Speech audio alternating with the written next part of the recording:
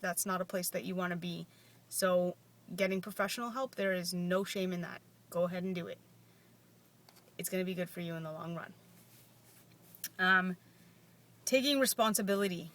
It goes along with accountability, but it's a little bit different.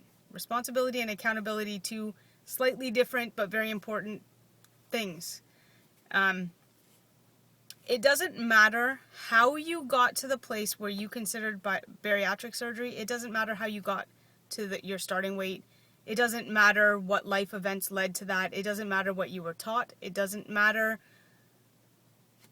who your influences was. None of that stuff matters.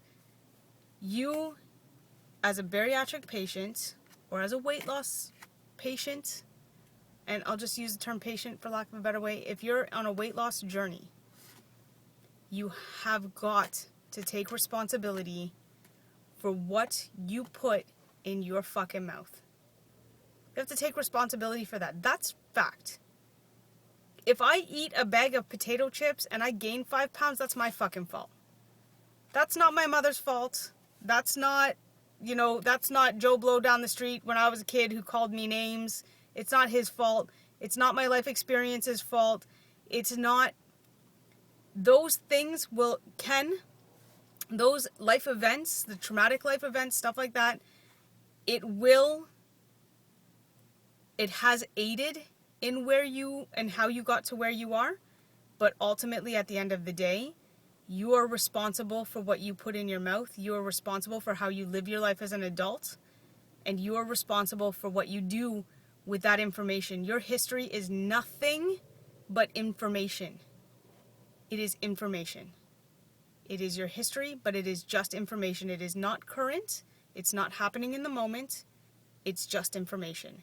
So you can lean on that and use it as an excuse to continue down, Chip Alley or Ice Cream Valley or whichever you want to call it, whatever that go-to is. You can use that as an excuse, but you're not taking responsibility for your actions as an adult, and you're not taking responsibility for your current life and health. And we're all guilty of it. I'm just as guilty as everyone else. I will use my busyness excuse until the cows come home. Until I look at myself and say, shut the fuck up, Jen. You could be busy as shit. Get on the fucking treadmill. You've got half an hour.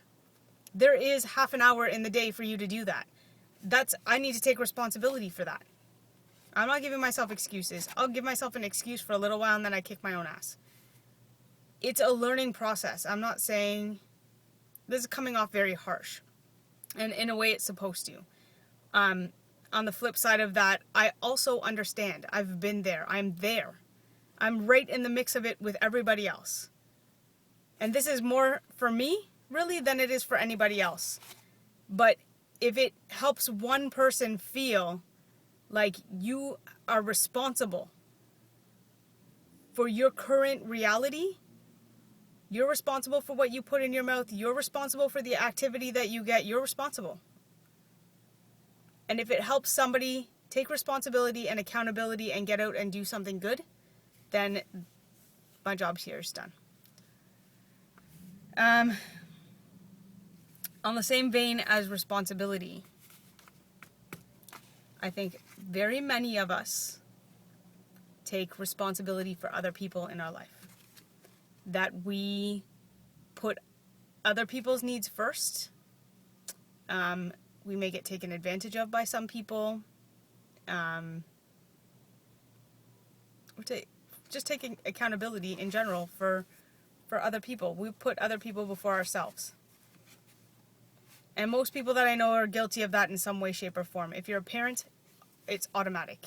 If you're not a parent, there's probably other people in your life that you will arbitrarily put before yourself. And we all, every single person, not just, this is life, this is not weight loss related even.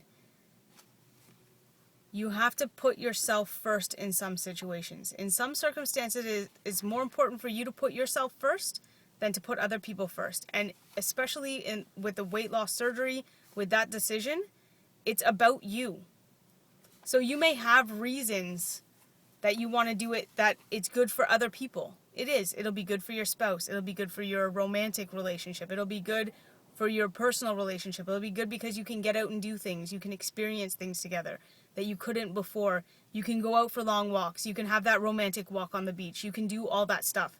And that's fabulous. And it's great for your partner. It's great for your family.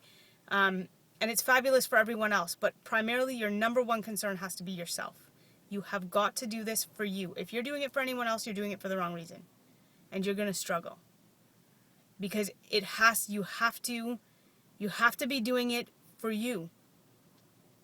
Or it's not going to be, whatever everybody else's reasons are not going to be good enough in 6 months when you're struggling. It's not going to be good enough in the first month when you're on a liquid diet for 5 fucking weeks. Their reasons are not going to be good enough to get you through that. So you have to have good reasons of your own. And finally, I've got 2 more points written down here, and I'm going to shut the hell up because we're already over 15 minutes. Second last, check. Did your mother always ever say to you, check your attitude? Check your excuses. Check your excuses. If you just have to do anything, the problem is with the have to. You don't have to do anything. You know what you need to do after weight loss surgery? You need to eat your protein, you need to drink your water, and you need to get your vitamins in. That's what you need to do. That's the have to. If you're putting have to before any other statement, it is false. You don't have to, you want to. So we all, as a humanity, as a human race, need to check our excuses for doing things that are harmful to ourselves. Myself included, again, this is all relative to me as well. Excuses, it should have been excuses kill the cat, seriously, because it's our excuses that lead us to delude ourselves into believing that we have to do something, or we need something, or we need to eat something, or you need to have, some kind of, this is going to sound wrong, but some kind of balance in the sense that, you can excuse eating a bag of chips, that you need some balance in your diet. You need to have some kind of junk food in your diet. You don't need that. You want that. And that's the truth. So check your excuses. I'll check mine too. I got some. I'll check those.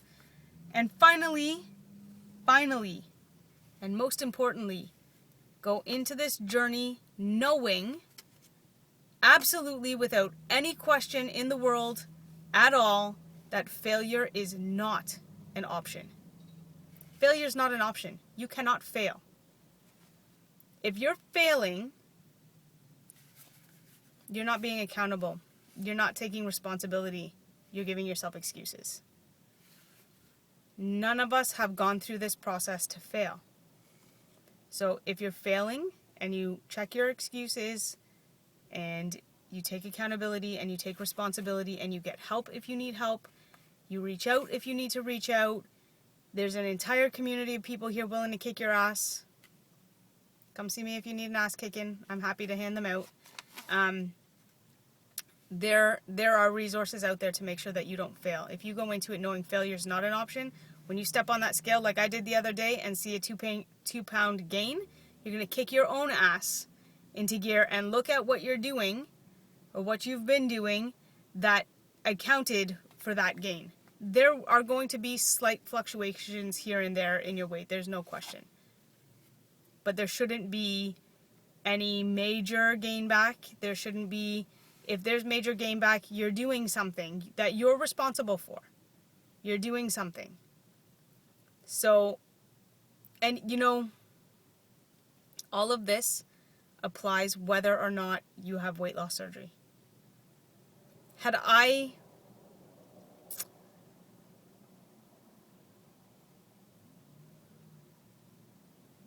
no, that's not going to sound right. I'm going to leave that as it is. The point is that we all need to be accountable. Whether or not weight loss surgery is right for you doesn't matter. If you're going to go on a weight loss journey, period, at all, you need to be accountable. You need to take responsibility, and you need to give up the excuses. Anyway, guys, that's my 21-minute long yeah, anyways, I'm just gonna shut the fuck up. I will talk to you guys all later. Bye.